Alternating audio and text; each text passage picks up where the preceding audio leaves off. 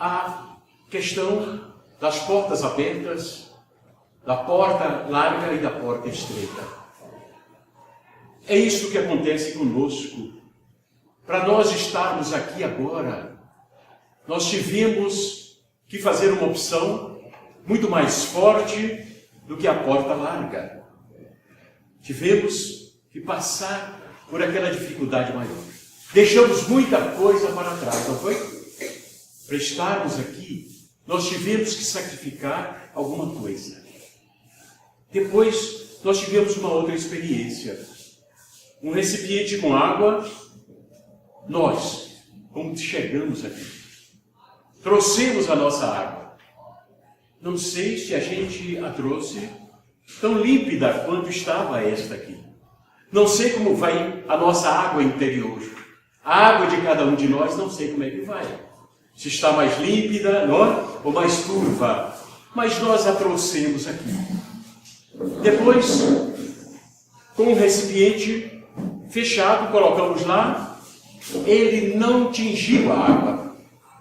Ele não deitou reflexo na água, não foi? Foi assim mesmo?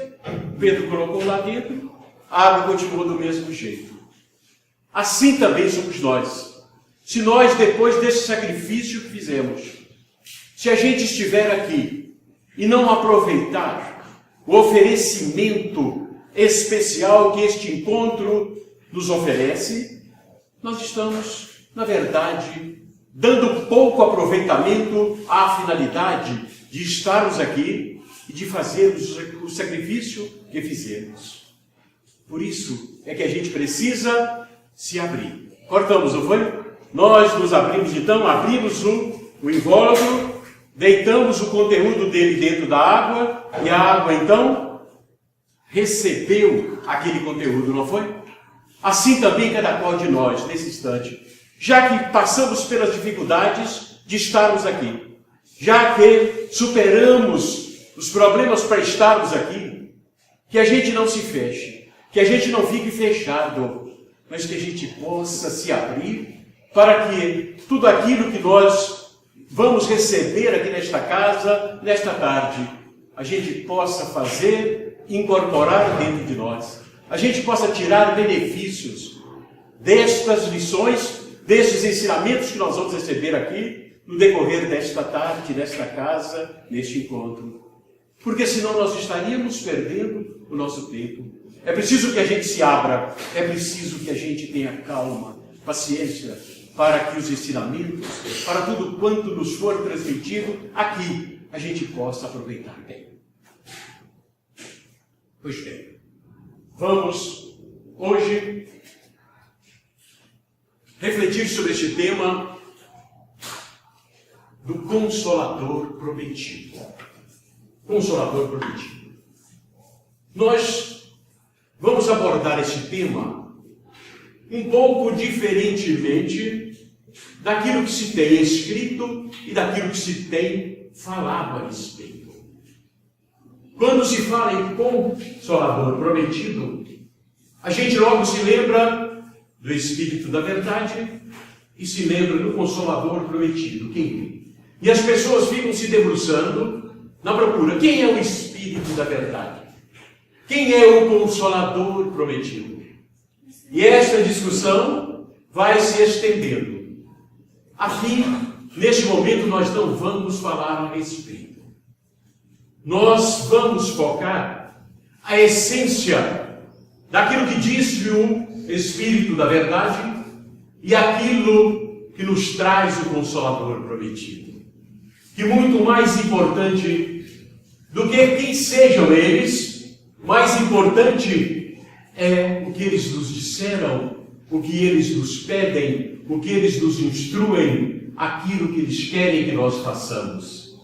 É este o objetivo do nosso encontro aqui, neste momento.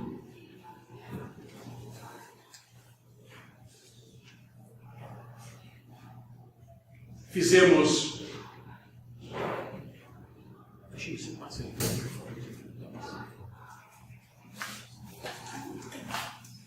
Pode passar? Senta para baixo.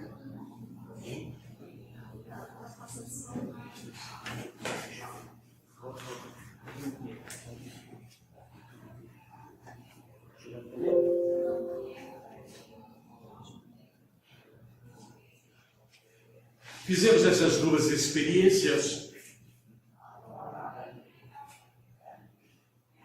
Uma delas vai estar retratada aqui no telão. Foi? Pronto. Fizemos essa experiência e já tiramos as nossas conclusões. Mas vamos encontrar esta questão do Consolador prometido, vamos encontrar este assunto, esta matéria, exatamente no Evangelho de Jesus.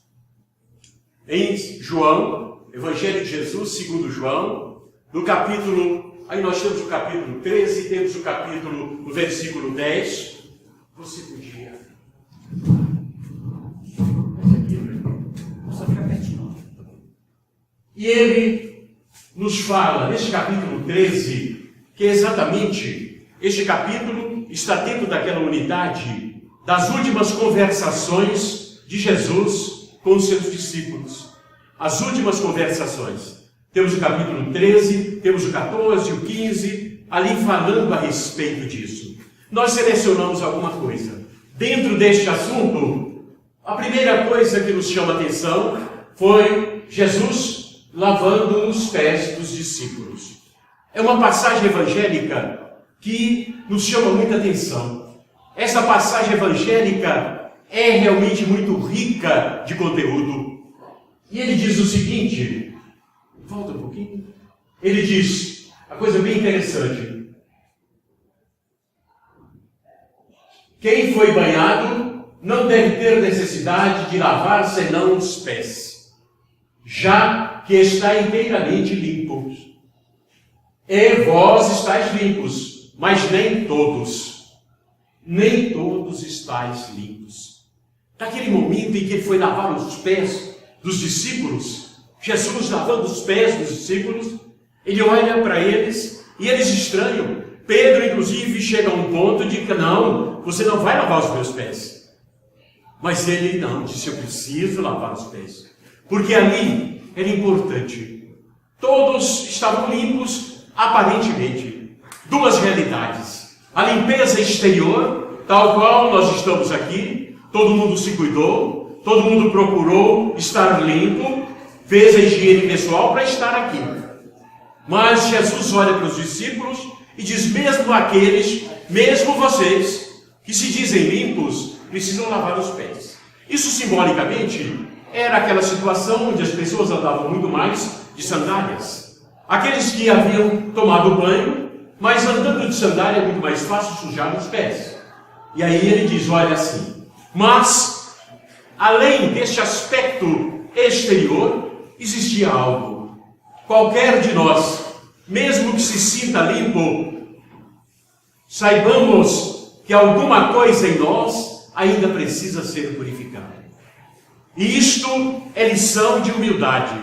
Cada qual de nós não se sinta superior, não se sinta preparado para as grandes tarefas, não se sinta já superior àqueles que não conseguem fazer alguma coisa que nós já conseguimos. Porque nós também, qualquer que seja a nossa situação, nós estaremos ainda necessitados de purificação. Mas o que é importante é que naquele instante ele estava olhando para Judas Iscariotes. Nem todos vocês estão limpos. Ele disse, né? Já sabendo que Judas já trazia em seu coração, já preparada a traição. E aqui é só uma pergunta. E nós? Todos nós estamos limpos? Se Jesus aqui agora estivesse e nos perguntasse a cada um, e nós? Estamos limpos ou alguma coisa nós reconhecemos que precisamos mudar?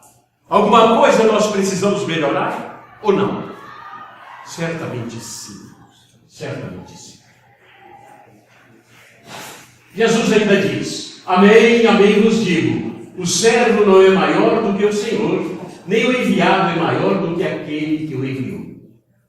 Está bem, João? Amém, amém. Essas duas palavras, esses dois vocábulos, me chamam um pouco a atenção. Porque a gente costuma fazer as nossas orações, e muitos de nós, a maioria de nós, termina a oração e fala, amém. Ou fala, assim seja. Não é assim? Mas, o que significam essas palavras? Amém. Qual é o significado dela? Qual é o significado deste vocábulo? O significado, ele vem do grego, vem do hebraico para o grego, numa transliteração, e ele diz, a tradução literal, essencial, é ser firme, ser confiável. Quando nós terminamos uma oração e falamos amém, ou falamos assim seja, é o mesmo que nós estivéssemos dizendo, eu confio, eu tenho confiança, eu acredito que isto se dá, que isto é verdade, que isto acontecerá. Mas será que nós fazemos as nossas orações com esta convicção? Ou estamos também a fazer aquelas orações decoradas, aquelas orações que a gente faz de boca para fora e que depois eu termino dizendo amém? Mas é um amém sem sentido, é um amém sem consistência, é um amém que de fato não traduz aquela nossa confiança, aquele nosso desejo de dizer, Deus, Jesus, Maria de Nazaré, nas nossas orações, olha, eu confio, eu estou firme, eu sei que isto é verdade. Será que quando nós falamos amém, nós estamos a dizer isto? Estamos convictos desta palavra que estamos pronunciando? Certamente não. Certamente, muitas vezes, terminamos uma oração e dizemos um amém da mesma maneira, sem convicção daquilo que estamos a falar. O servo não é maior do que o Senhor, nem o enviado é maior do que aquele que o enviou. Não tem coisa mais grandiosa e bonita do que isto que Jesus disse. E do que ele estava fazendo ali ao lavar os pés dos discípulos. Quem de nós, naturalmente, já se oferece para as tarefas mais simples? Quem de nós temos esta dificuldade? Procuramos sempre alguma coisa que nos possa pôr em destaque. E muitas vezes, as tarefas mais elogiáveis, as tarefas mais essenciais, as tarefas mais grandiosas e importantes são aquelas feitas no anonimato. A gente precisa tomar esta passagem do Evangelho para colocar e inserir um pouco mais de humildade no nosso viver.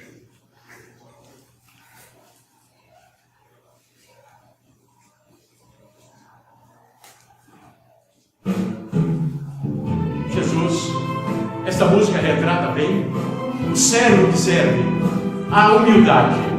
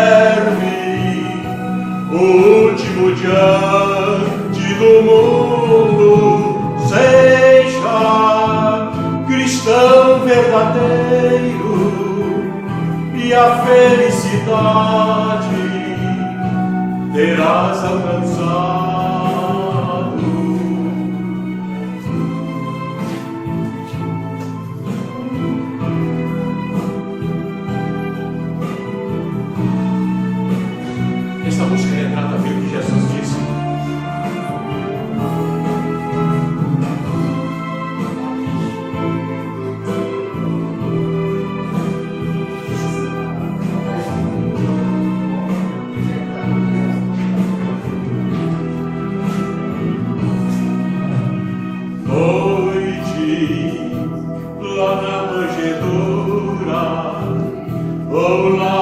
os pés de toda a poeira. O Mestre amado aponta quem é o maior no reino dos céus. Seja você o escravo, o servo que serve, o último diante do mundo. Seja cristão verdadeiro e a felicidade terás alcançado. É isso que nós temos feito, gente? Será que nós temos seguido essas recomendações de Jesus? É para pensar. Pois bem, adiante, ele nos traz um novo mandamento. Um novo mandamento vos dou, que vos ameis uns aos outros, assim como eu vos amei. Nisto todos conhecerão que sois meus discípulos, se tiverdes amor uns aos outros. Amar uns aos outros. Palavras ditas há 2000 anos atrás. Será que nós já estamos sabendo amar uns aos outros? Será que já estamos praticando, vivenciando o amor, este mandamento que Jesus nos ensinou há 2000 anos atrás? Será que nós aprendemos? Adiante ele disse: nisto conhecereis que sois meus discípulos. Volta um pouco, Paulo, pode ser? Nisto conhecereis que sois meus discípulos, no amar uns aos outros. Será que as pessoas nos reconhecem como cristãos pela maneira como nós procedemos? Será que pela maneira como nós vivemos, os gestos que praticamos, as palavras que falamos, aquilo que nós estamos fazendo, será que as pessoas nos identificam verdadeiramente como cristãos? Ou nós simplesmente, pelo nosso proceder, nós não nos destacamos como cristãos? Como tem sido a nossa vivência? Cada qual de nós pense a respeito. Pois bem, nós trouxemos aqui uma coisa interessante. Um filósofo holandês, cristão, humanista, Erasmo de Roterdã, 1466-1536. Erasmo de Roterdã escreveu aquele livro Elogio da Loucura. Mas ele fazia sérias críticas ao cristianismo praticado naquela época. Ele já combatia a igreja naquele momento, porque ele entendia que a igreja era muito mais de rituais do que de prática verdadeiramente cristã. Ele entendia que o amor a Deus não necessitava inclusive de igrejas, não necessitava de intermediários. O amor a Deus, a crença em Deus, era algo que poderia muito bem se expressar diretamente do ser para com o ser superior, sem necessidade de intermediários. E ele então fazia já esta crítica e esta postura. Pois bem, ele escreve então neste livro, que são algumas anotações, este livro de anotações. Ele faz então este diálogo aqui de duas pessoas que chegaram lá, naquela época eu falava lá no céu, né? Nós já sabemos que essa questão de chegar lá no céu não é para nós, né, gente? Nós muito quando vamos chegar aonde? No umbral, né, gente? Quando muito. Chico disse que era para preparar um lugarzinho para ele lá no umbral, quando ele estava falando naquela pomada do vovô Pedro. E eu fiquei assim pensando, meu Deus, se Chico está querendo um lugarzinho no umbral, como é que a gente vai chegar nesse umbral, não é? Aí não é capaz de nem ter um lugarzinho lá para nós, não é? Pois bem, chegam duas pessoas, isso aqui é um comentário que ele faz, né? Ele diz que chegaram duas pessoas lá no céu e se apresentaram. Em vão, no dia do juízo final. Para nós é o dia da passagem. Para nós é o dia que nós chegarmos do outro lado e a nossa consciência primeiro vai nos dizer qual foi o nosso comportamento aqui. Ele diz: em vão no dia do juízo final, um deles se gabará por ter mortificado seu apetite carnal, alimentando-se apenas de peixes. Um chegou lá no céu, no juízo final, e batendo no peito e forte, falando forte: olha, eu não comi carne, eu só me alimentei de peixe, achando que tinha feito uma coisa extraordinária. Pois bem, o outro alegará ter passado a maior parte de seu tempo na terra no exercício divino de cantar salmos. O outro: olha, eu passei a minha vida inteira cantando salmos, em louvor a Deus. E diz que Deus só estava ouvindo os dois. De repente, Jesus Cristo disse: pois, escribas e fariseus, não vos deixei um único preceito de amar uns aos outros? E não ouço ninguém alegar tê-lo cumprido fielmente. Alguém estava falando que não comeu carne, que comeu só peixe. O outro dizendo que ficou o tempo todo cantando hinos. E Jesus disse: mas espera aí, eu deixei um mandamento para vocês amar uns aos outros. E vocês estão me falando em carne, vocês estão me falando em peixe, vocês estão me falando em cantar hinos. E amar uns aos outros, que foi o mandamento maior que eu deixei, eu não estou vendo ninguém falar a respeito. E aqui, uma pergunta para todos nós. E nós? Como é que estamos? Falando ainda de peixe? Falando ainda de carne? Estamos aqui, simplesmente gostando, indo ao centro para tomar passe, indo ao centro para cantar algumas coisas, algumas canções belíssimas, são da Elizabeth Lacerda, alguma coisa nesse sentido, e ficamos apenas nisso. Tem horas que eu fico preocupado, porque se disserem que Elizabeth Lacerda vai chegar aqui hoje, não é? Tem 1000 pessoas, não tem? Certamente. Mas e aí? Será que é isto que está nos motivando a ir a uma casa de oração? O que é que nós diríamos quando chegássemos lá diante de Jesus? Será que nós vamos dizer para Ele que nós realmente amamos aos nossos irmãos aqui, enquanto aqui neste momento encarnado? Ou iríamos dizer: olha, eu fui no centro toda semana. Outros diriam: eu fui todos os dias no centro. Eu dei passe, eu fiz palestra. E aí vamos rezando um rosário, né? E será que nós teríamos algo a dizer a Jesus sobre o amar uns aos outros? Será que alguém de nós aqui diria: Jesus, estou aqui, fiz uma opção de coisa, mas acima de tudo, sobretudo, eu amei aos meus semelhantes. É isso que nós estamos fazendo, gente? É isso?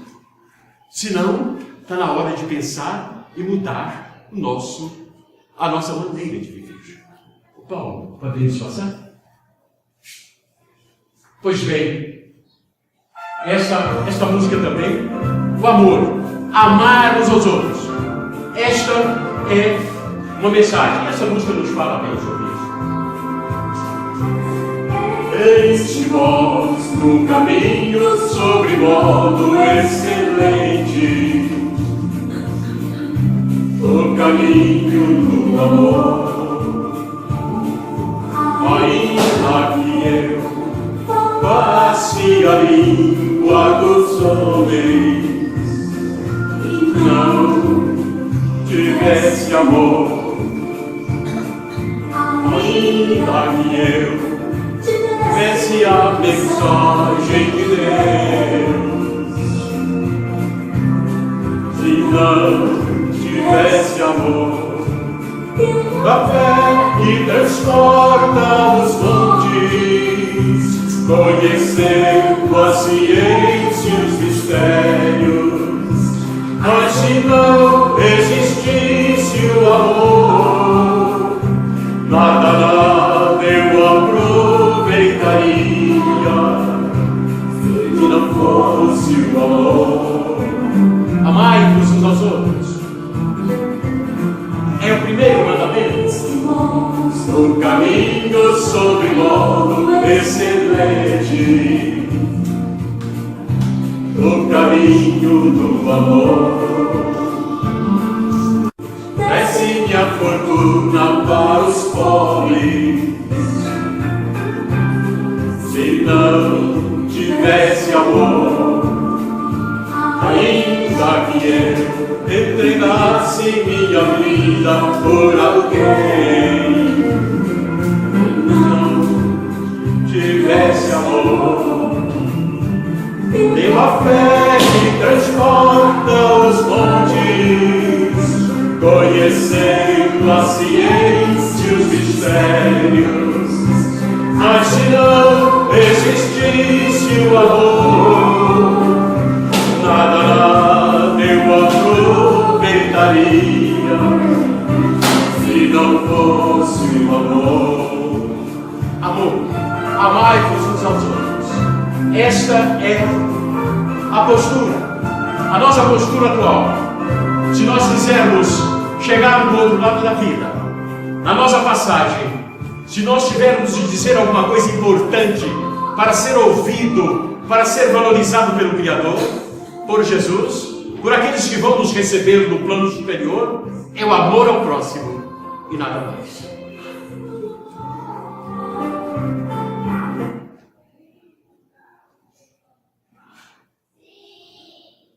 Também tem uma passagem de Jesus.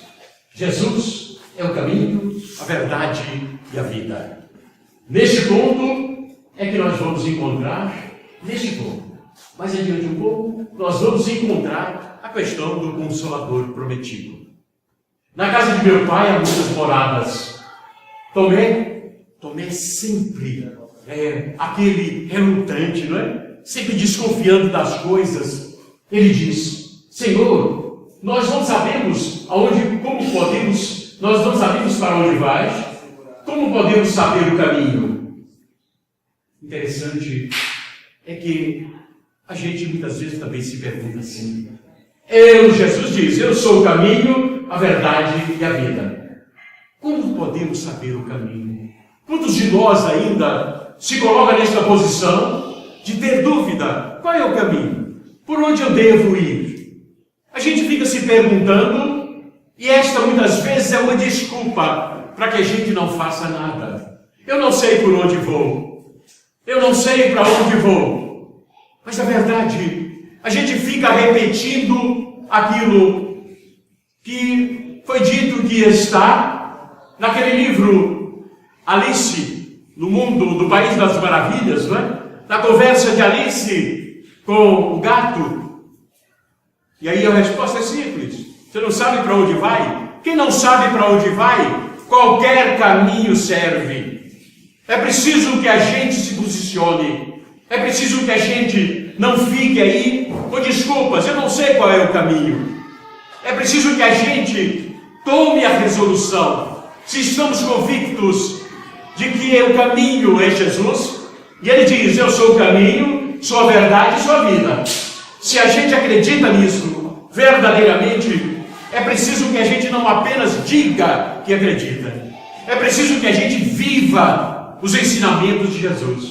Vai viver, gente, no dia a dia, na nossa casa, através dos nossos próprios atos, através do nosso próprio proceder. Nós precisamos, se nós acreditamos mesmo, que Jesus é o caminho, que Ele é a verdade e a vida, cada qual de nós, então, precisa demonstrar no nosso proceder diário, nas nossas atitudes, nas nossas palavras, nos nossos pensamentos, nos nossos direcionamentos de passos, a gente precisa demonstrar que de fato está vivendo de acordo com o que acredita e não simplesmente dizendo uma coisa e fazendo outra.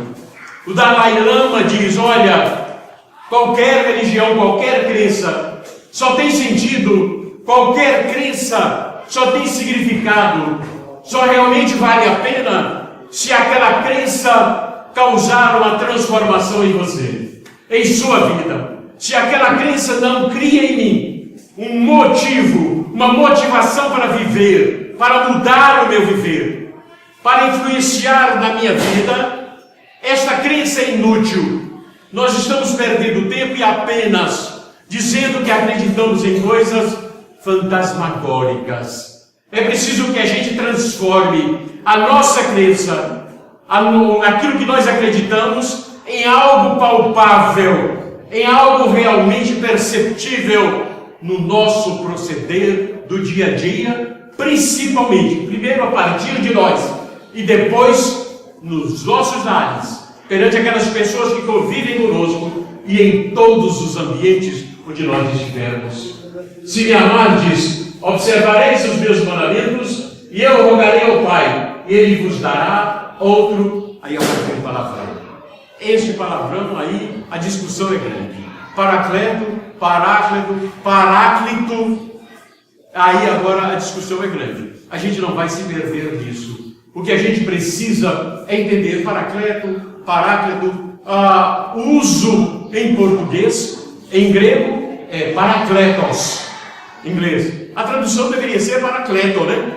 Mas a maioria uso não fala paracleto, mas fala paráclito. Transforma inclusive o E no I. Então se a gente ouvir alguém falando paráclito, tudo bem. Se ouvir falando paracleto, tudo bem, não é? E aí não importa a palavra. O que importa é o significado dela. Eu vos enviarei e eu rogarei ao Pai, e Ele vos dará outro paráclito, outro defensor. Alguém que vem interceder por nós. Muitas vezes fala advogado, intercessor, mas também é traduzido como consolador. Vou mandar um outro consolador. Vai passar. Cai, você passa. Nós vamos ver então. Volta um pouquinho. Pois bem, ótimo. Está bem.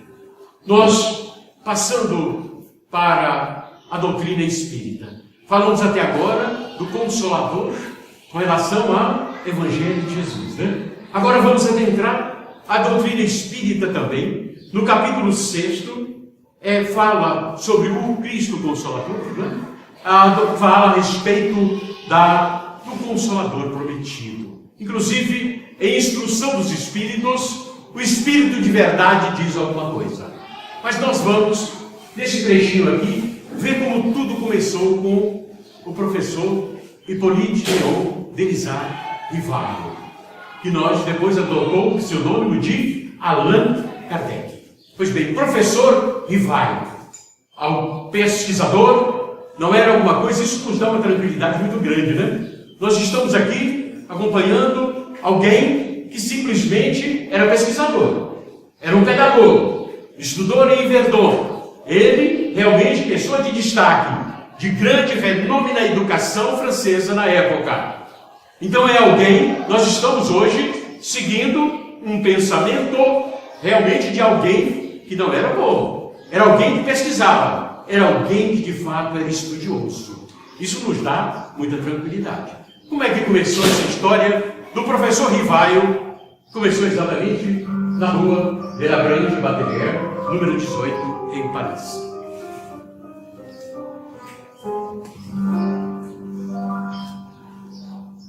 Em 1853, a Europa estava dominada por uma grande novidade chamada mesas girantes.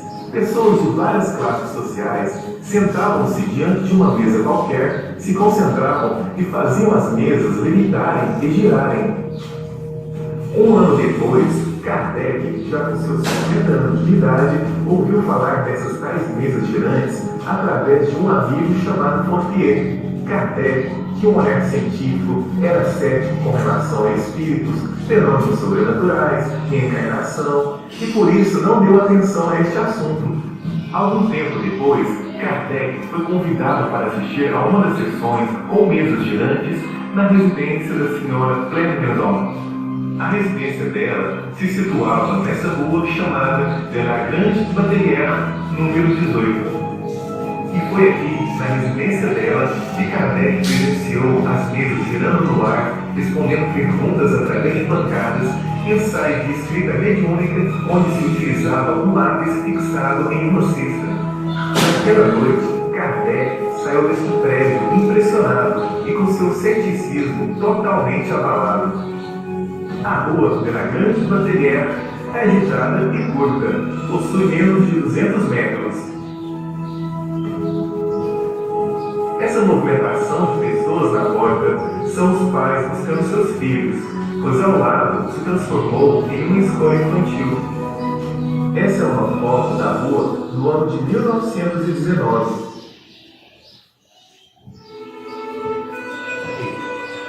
A partir desse instante, o professor Rivaio, Kardec, percebeu que aquilo que era uma simples brincadeira, uma diversão dos salões nobres, dos clubes da Europa, ele percebeu que aquelas mesas que giravam não era um acontecimento que podia se explicar apenas pelo magnetismo, mas também havia uma inteligência, alguma coisa inteligente por trás daquelas respostas, daqueles movimentos, daquelas pancadas.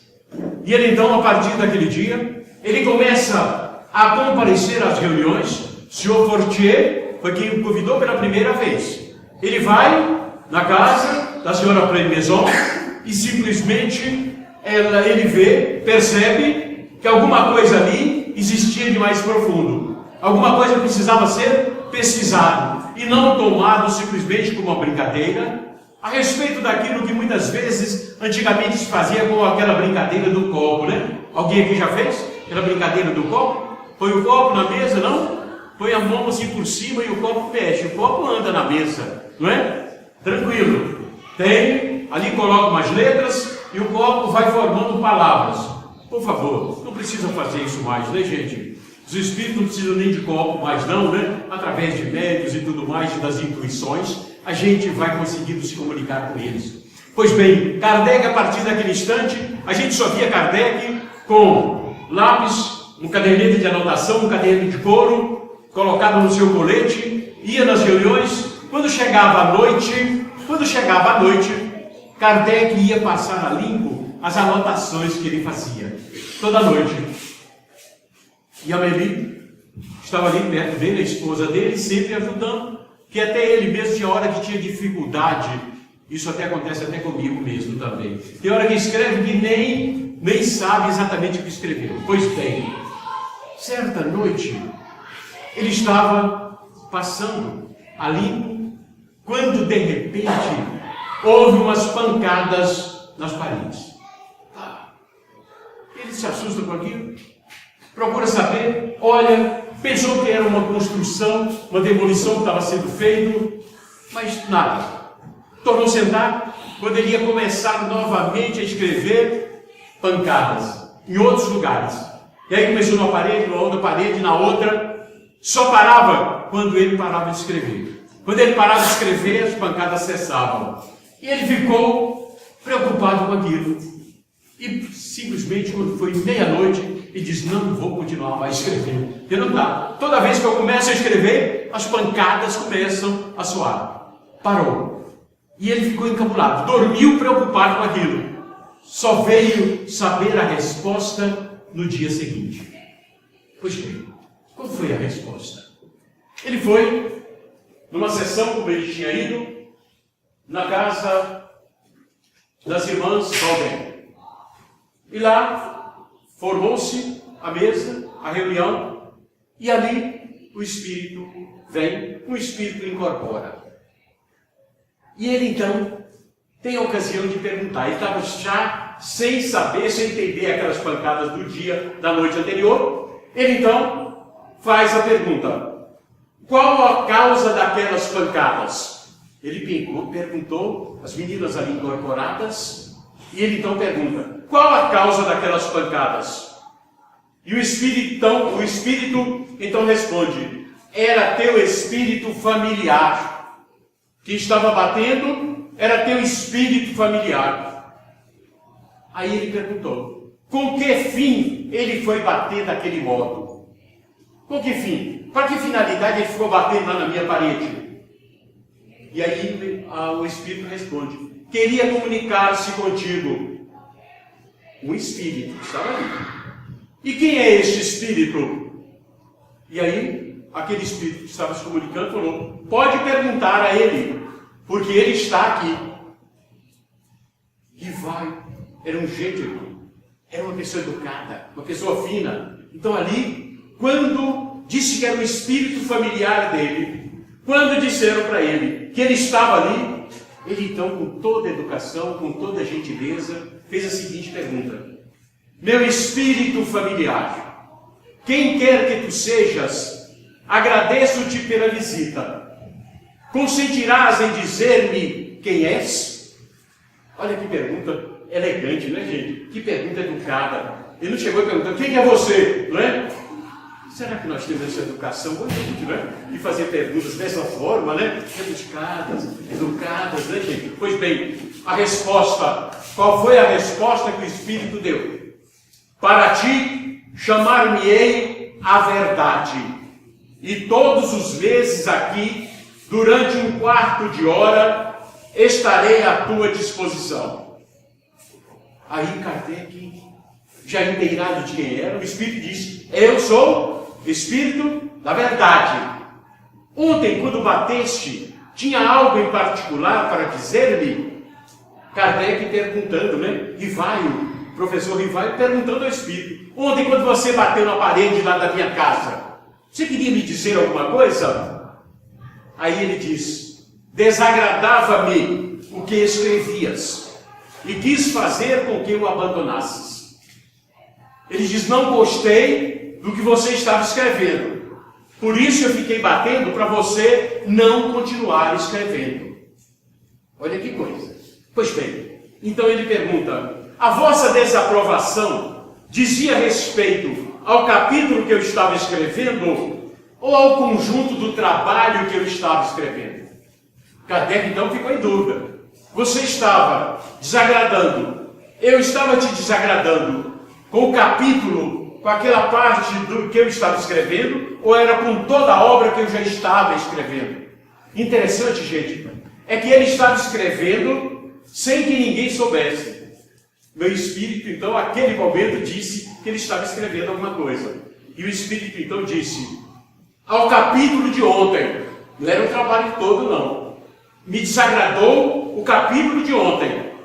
Submeta ao teu juízo, porque se releres, reconhecerás tuas faltas e as corrigirás. E ele então disse, mas eu já corrigi, certo? E ele diz, o texto está melhor, mas ainda não satisfaz.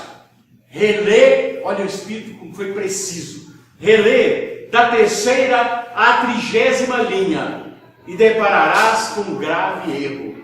Diz, você está achando que é melhor? Mas torna a reler, porque da 3ª à 30ª linha tem um erro gravíssimo. Tem um erro grave. Por isso é que eu fiquei batendo, se não continuar. Porque senão este erro grave ia permanecer no seu escrito. Aí, o Kardec Rivaio volta àquele assunto. O nome verdade que adotaste constitui uma alusão à verdade que eu procuro? Kardec também, o Rivaio ainda queria saber quem que era aquele espírito, se era de alguém que tinha vivido na Terra. Talvez, responde o espírito. Serei um guia que te protegerá e guardará. Aí ele ainda vem outra vez perguntando. Kardec estava parecendo nós mesmos, né? Curiosos que somos, né? Pois bem, terás animado aqui na Terra alguma personagem conhecida? Perguntando, você já veio aqui na Terra como alguém que a gente conhece, que ficou conhecido? E a resposta veio seca, para cortar o assunto. É igual quando a gente está comendo, não é? E que alguém pergunta, você tem pai? E aí a pessoa fala, nem mãe. E já sabe que vem, tem pai, tem mãe, tem avó, né? E aí já corta logo, né? O espírito também foi seco com Kardec. E disse, já disse que para ti sou a verdade. Isto para ti quer dizer discrição. Nada mais saberás a respeito. Interessante. É que Kardec, que o professor Rivaio, recebe aquela informação naquele instante. Interessante. É que depois de tantos séculos, alguém ainda fica perguntando, né? Quem é o Espírito da verdade? Quem é? É fulano? é Jesus, né? Simplesmente ficam se perdendo em divagações, sem preocupar com a essência daquilo que ele escreveu e que ele pedia. Pois bem, ao voltar para casa, Kardec, professor Rivaio, foi reler aquele capítulo. E quando chegou na 30ª linha, ele constatou que de fato tinha um erro gravíssimo. Imaginem só que o Espírito de verdade já estava supervisionando o trabalho de Kardec para que ele pudesse transmitir uma verdade realmente pura e cristalina e não eivada de erros.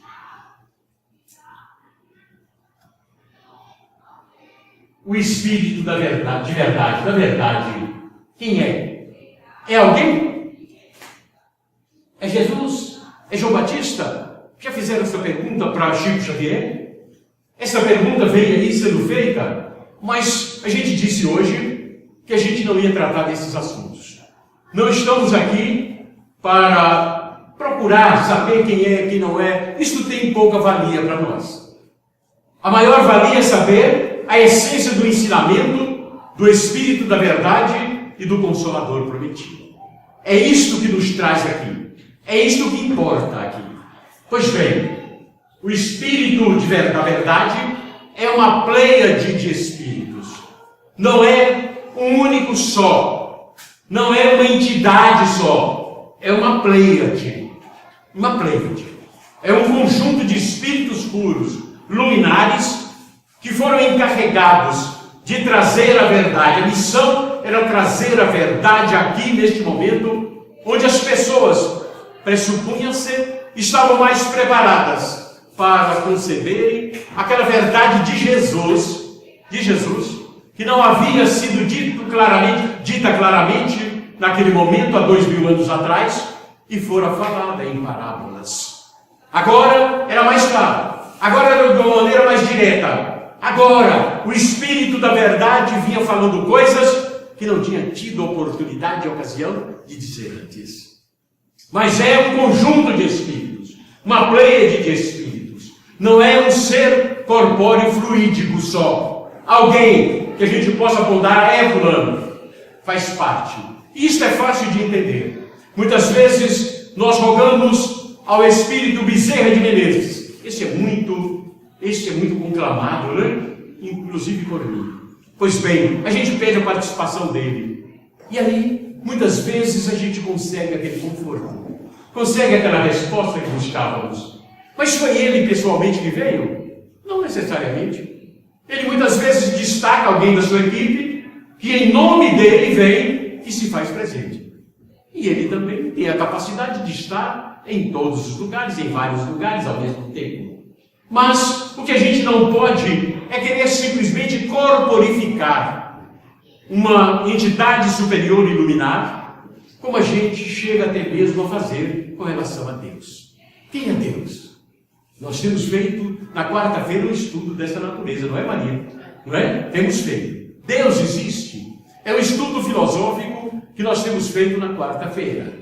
Deus existe? Tem gente que não quer nem admitir, não é mesmo? Não, eu não posso nem... Existe. Mas quem é Deus para você? É uma pergunta que a gente se fez lá e que eu gostaria que cada qual se fizesse também.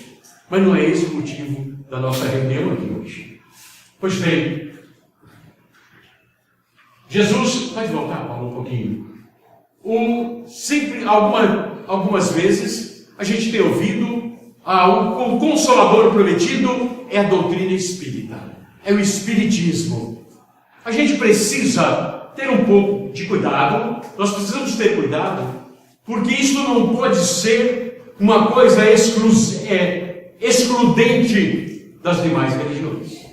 A gente tem que ter cuidado, porque senão nós vamos cometer os mesmos erros que se cometia no passado.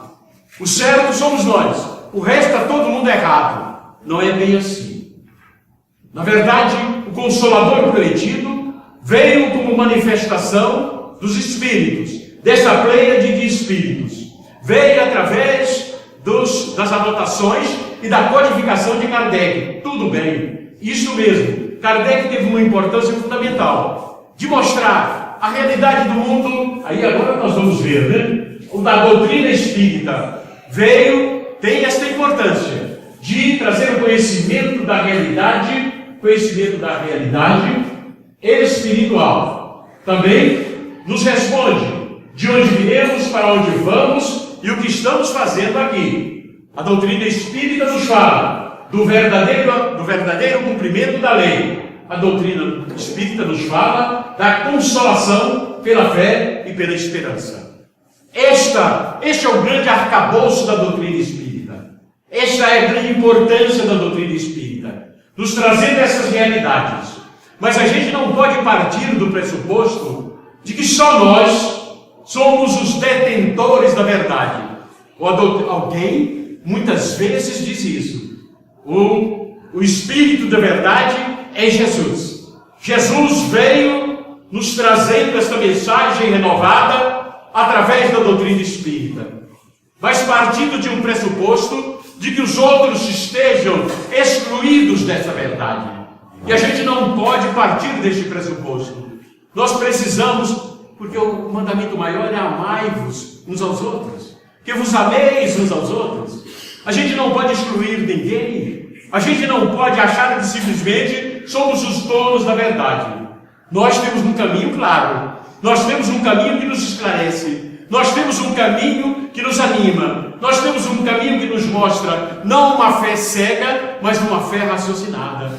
Nós temos um caminho que nos agasalha, que nos conforta, que nos dá. Que a nossa fé é raciocinada. É uma fé sedimentada. É uma fé estratificada. Não é uma fé cega. Por isso nos anima muito.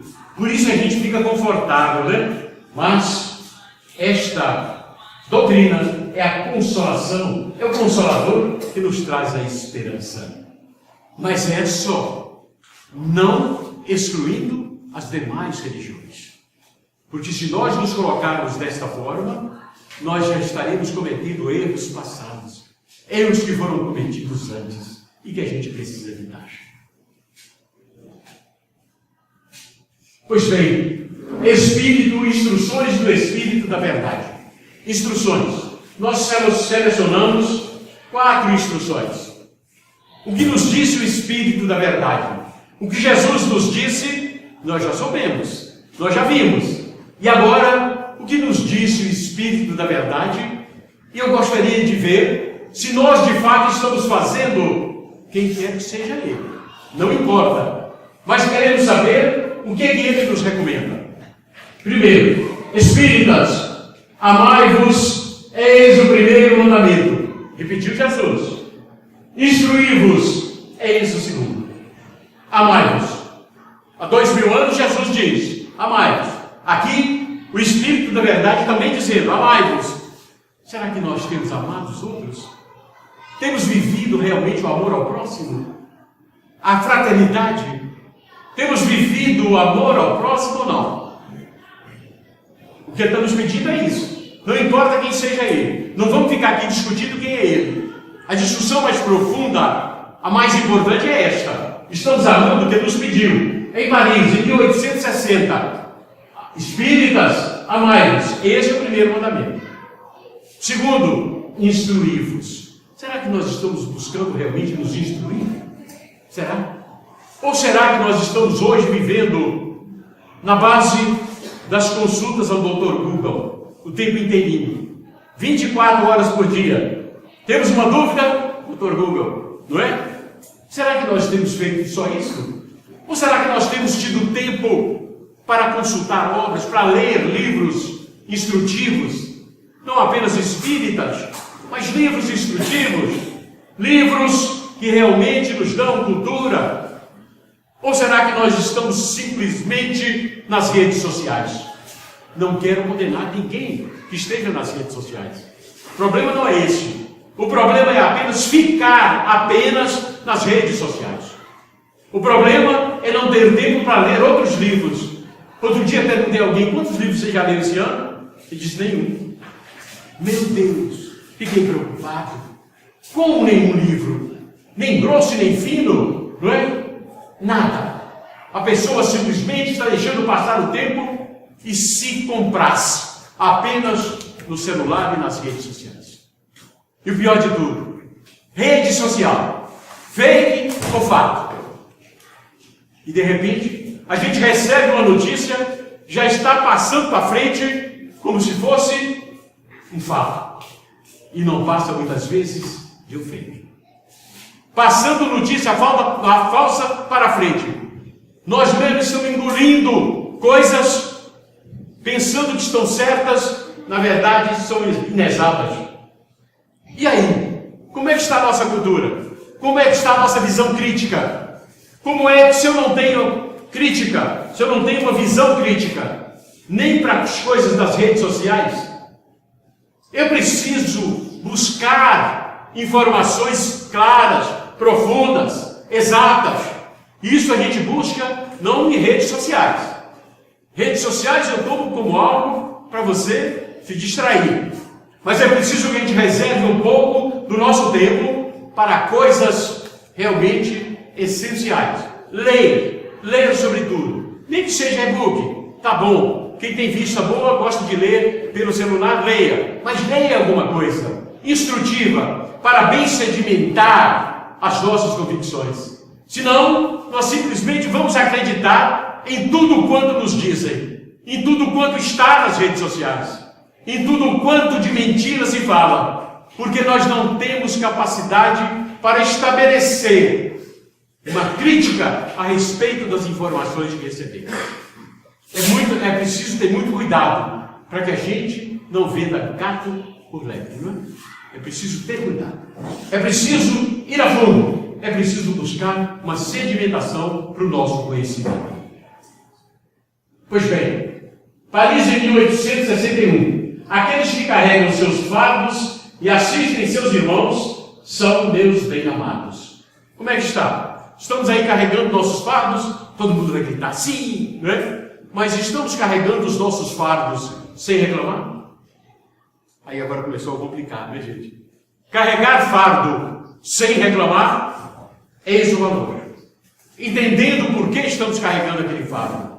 Mais ainda, é o Espírito da Verdade que está nos dizendo isso.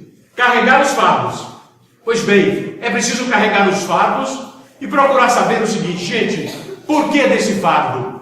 E se a gente bem observar, 90% do peso dos nossos fardos são culpas nossas mesmas.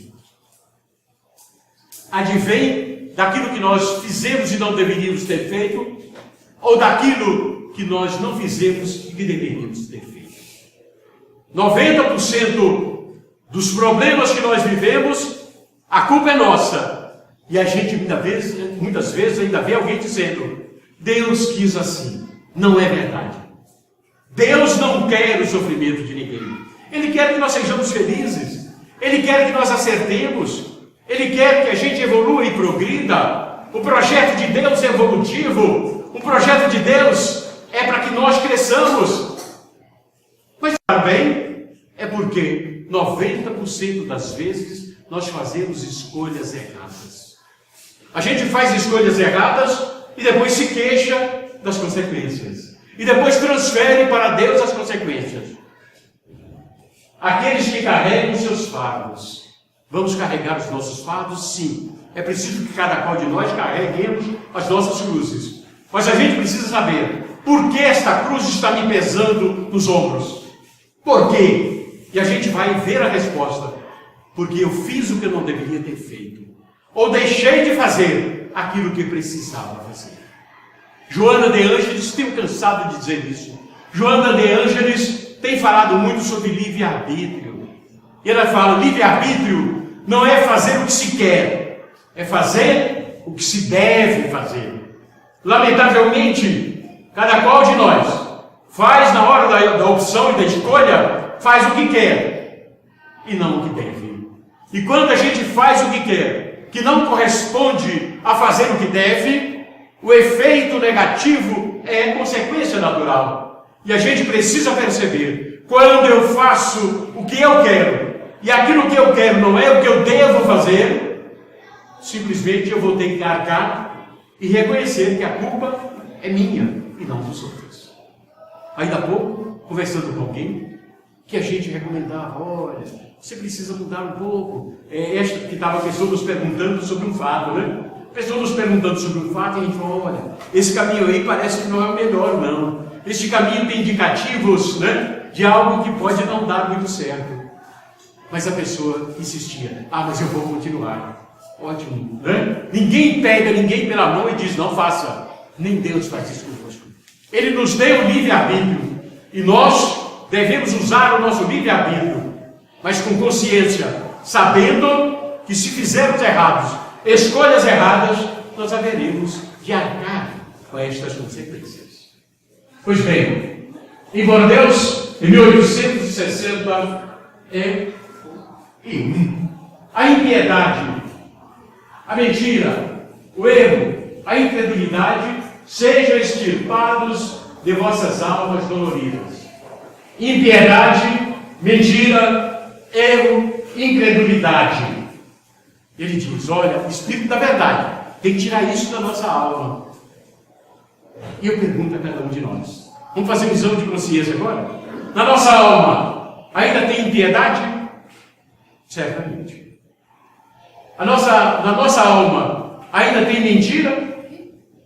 No nosso proceder? Ainda tem erro? Tem incredulidade? O Espírito da verdade já pedia em 1861. Já pedia para a gente extirpar isso da nossa vida, do nosso proceder. Por isso, a gente não quer saber quem é o Espírito da verdade. Não precisa saber. O que precisa é saber se nós estamos vivendo estas coisas. Ele pediu, vamos tirar das nossas almas a impiedade, a mentira, o erro e a incredulidade. Será que nós já estamos livres disso tudo? Vamos pensar a respeito.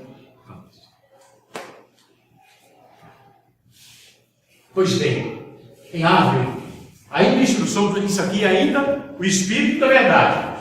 Em 1863, o devotamento e a abnegação são uma prece contínua e encerra um ensinamento profundo. Pois bem, a sabedoria humana reside nessas duas palavras: abnegação, devotamento e abnegação. Tomai por divisas essas duas palavras, devotamento e abnegação, e sereis fortes. Elas resumem todos os deveres da caridade e da humildade. Abnegação e devotamento. Será que nós já estamos vivendo essa realidade, gente? Todo mundo aqui realmente é devoto aos nossos princípios, aos nossos valores, às nossas crenças? Somos devotos realmente? Temos devotamento? Ou seja, gente, será que nós realmente nos aplicamos naquilo que a gente diz acreditar? Naquilo que a gente diz viver ou pretender viver? Será que nós somos abnegados? Ou será que nós estamos vivendo na superficialidade das coisas? E diz, olha, essas duas coisas, abnegação e devotamento, são duas coisas importantes, fundamentais, porque elas é que sedimentam a caridade e a humildade. E nós, como é que estamos? Se nós formos enfrentar estas realidades que nos diz o Espírito de verdade, certamente nós, ainda hoje, não estamos fazendo aquilo nem que Jesus nos recomendou, nem que o Consolador prometido está esperando de cada um de nós. É preciso que a gente pense a respeito. Vamos levar a nossa crença com menos badalação, com menos exterioridades, com mais humildade, com mais tranquilidade. Vamos levar para nós mesmos, com simplicidade. Não precisamos que ninguém saiba que estamos fazendo isso ou aquilo, em qualquer lugar que nós estejamos. Vamos procurar viver com convicção os nossos valores, as nossas crenças. É isso que se espera de cada um de nós. Em nosso anonimato, que cada qual de nós possa realmente demonstrar todas essas verdades que o Espírito da verdade nos pede que o Consolador prometido espera de cada um de nós. Espera de cada um de nós. Vamos lá? Agora vem uma questão. Esta é a questão para arrematar. O Consolador prometido. Onde é que ele está? Quem é esse Consolador prometido, a gente já viu. Mas onde é que ele está? Ele está aqui ou não está no nosso meio? Ele veio, falou algumas coisas que nós vimos e foi embora. Onde é que ele está? Nós já sabemos que ele nos pediu para consolar os que sofrem. Consolador prometido nos pede para que a gente possa ter olhos, ter mãos, ter olhos, mãos, palavras, gestos, atitudes para com os pobres, para com os famintos, para com os enfermos, para com os desvalidos. Onde é que está o Espírito Consolador prometido? Onde está o Espírito da verdade? Está exatamente nas pessoas que nos cercam. Estão nas nossas ruas, estão nos bairros, nas periferias, estão nas ruas caídas no chão, e nós passamos por elas. O Consolador prometido está expresso nas fisionomias dos pobres, dos famintos, dos enfermos, dos desvalidos. Estão nas ruas, estão entre nós. E muitas vezes, lamentavelmente, a gente faz de conta que não o vê. Que adianta ficar perguntando quem é o Espírito da verdade? Que adianta ficar aí perguntando quem é o Consolador prometido? Esquecendo e muitas vezes passando por ele nas ruas, sem simplesmente dar a mínima atenção. Todas as vezes que nós olharmos agora para alguém, a gente há de se lembrar. Eu queria perguntar e queria que cada qual lembrasse. Olho para alguém que eu não conheço e digo, aí está indo o Consolador prometido.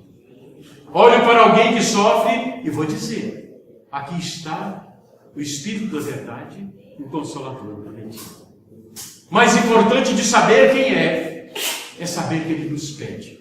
Para ter coração, para ter vontade de ajudar, de assistir, de amparar os pobres, os famintos, os enfermos, os desvalidos.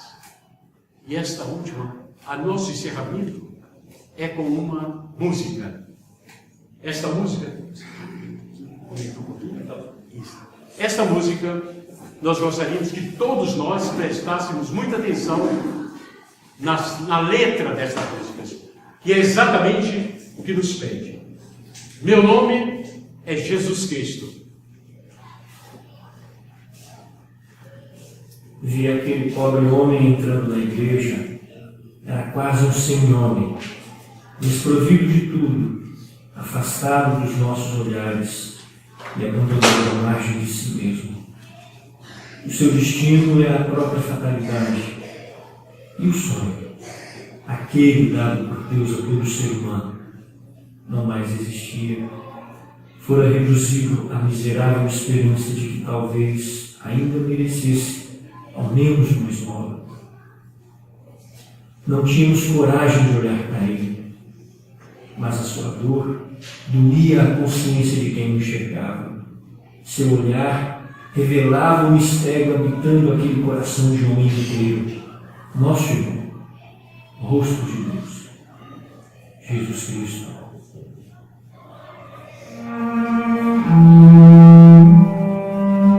Vamos prestar atenção na letra, ok?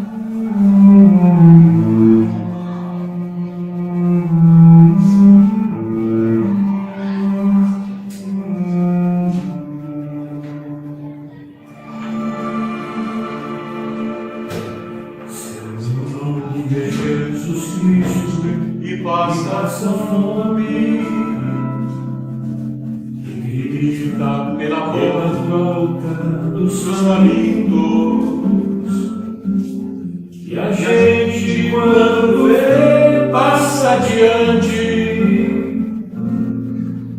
às vezes para chegar depressa à igreja, ao centro espírita também, gente. Seu Seu nome é Jesus Cristo, e estás em casa, e dorme pelas beiras das calçadas, e a gente, quando vê, aperta o passo e te diz que ele dormiu embriagado. Entre nós está, e não o conhecemos. Entre nós está, e nós o desprezamos. Entre nós está, e não o conhecemos. Entre nós está, e nós o desprezamos.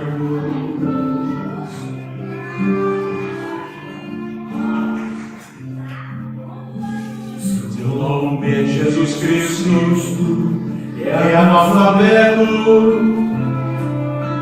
e vive mendigando um subemprego. E a gente, quando vê, diz é uma toa. É melhor que trabalhasse e não pedisse. Seu nome é Jesus Cristo, e está banido das rosas sociais e das igrejas. Porque eles fizeram um rei potente, enquanto ele vive como um pobre. Entre nós está, e não o conhecemos. Entre nós está, e nós o desprezamos. Entre nós está, e não o conhecemos. Entre nós está, e nós o desprezamos.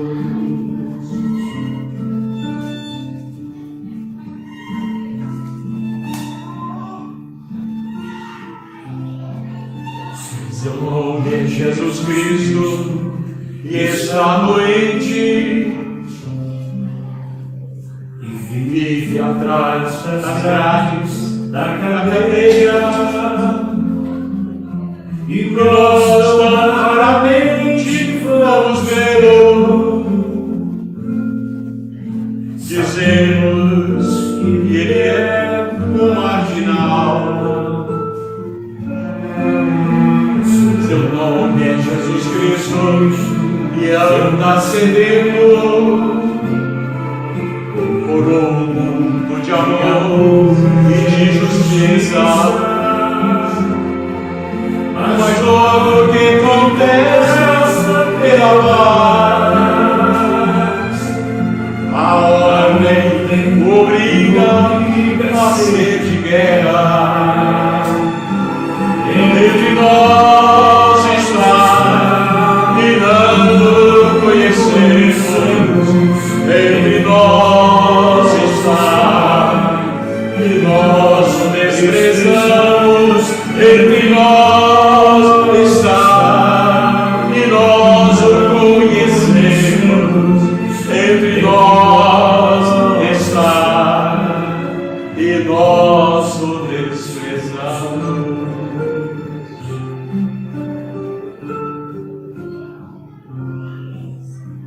Seu nome é Jesus Cristo, e é difamado, e vive dos imundos benefícios. Mas muitos os expulsam da cidade, com medo de estender a mão a ele. Seu nome é Jesus Cristo, que é todo homem, que vive neste mundo ou quer viver.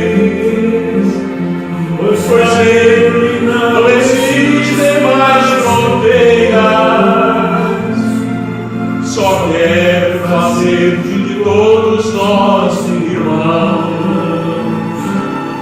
Entre nós está e não o conhecemos. Entre nós está e nós o desprezamos. Entre nós está e não o conhecemos. Entre nós está e nós o desprezamos. Que a paz esteja em nossos corações, agora, todo sempre. Que quando nós sairmos aí agora, daqui, para o convívio social, nas interações sociais, que cada qual de nós possa se lembrar daquilo que a gente refletiu hoje, vendo em cada rosto um irmão, vendo em cada rosto um Espírito da verdade, vendo em cada rosto o Consolador prometido. Que a paz esteja conosco, agora e sempre, e assim seja.